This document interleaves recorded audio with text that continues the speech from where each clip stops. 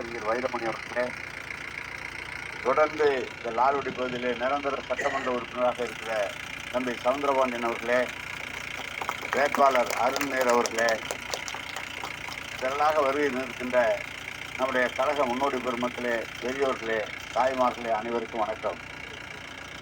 1986ஆம் ஆண்டு நானும் பிச்சைப்பிள்ளை அவர்களும் தேர்தலில் நின்ற காலம் சபரிமுத்து எங்களுக்கு உறுதுணையாக இருந்து இந்த மன்றத்தை கட்ட வேண்டும் என்று சொன்னார்.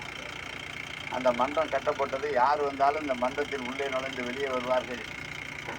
சபரிமுத்து இருப்பார், பிச்சைப்பிள்ளை இருப்பார்கள். பிச்சைப்பிள்ளைக்கு பிறகு அவருடைய மகன் தலைவராக வந்திருக்கிறார்கள்.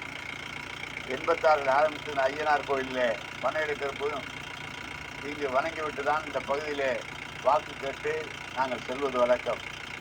ஒரே ஒரு முறைதான் வாக்கு குறைந்திருக்கிறது. ஆனால் இந்த 37 ஆண்டு காலத்தில் ஒரு முறை கூட, அந்த ஒரு முறையை தவிர பாக்கி எல்லா இடங்களிலும் வாக்கு அதிகமாக தந்த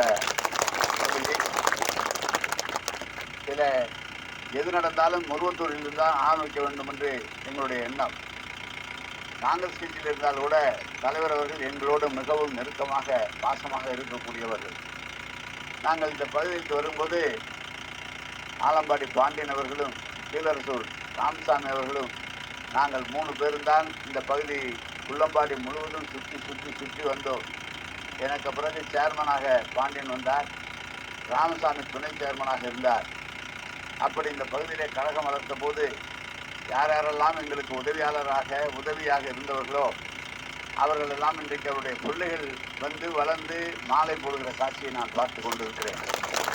தொடர்ந்து இந்த பகுதியில் இருக்கிற எந்த காரியங்கள் இருந்தாலும், எப்போதும் பட்டையார் குடும்பமாக இருந்தாலும் அனைத்து பகுதிகளுக்கும் அனைவருமே எங்களுக்கு ஆதரவாக இருந்து, கழகத்திற்கு ஆதரவாக இருந்து, தொடர்ந்து எனக்கு பிறகு சவுந்தரபாண்டியன் அவர்களுக்கு தொடர்ந்து ஆதரவாக இருந்து அவரையும் வெற்றி பெற வைத்த பகுதி மக்கள்.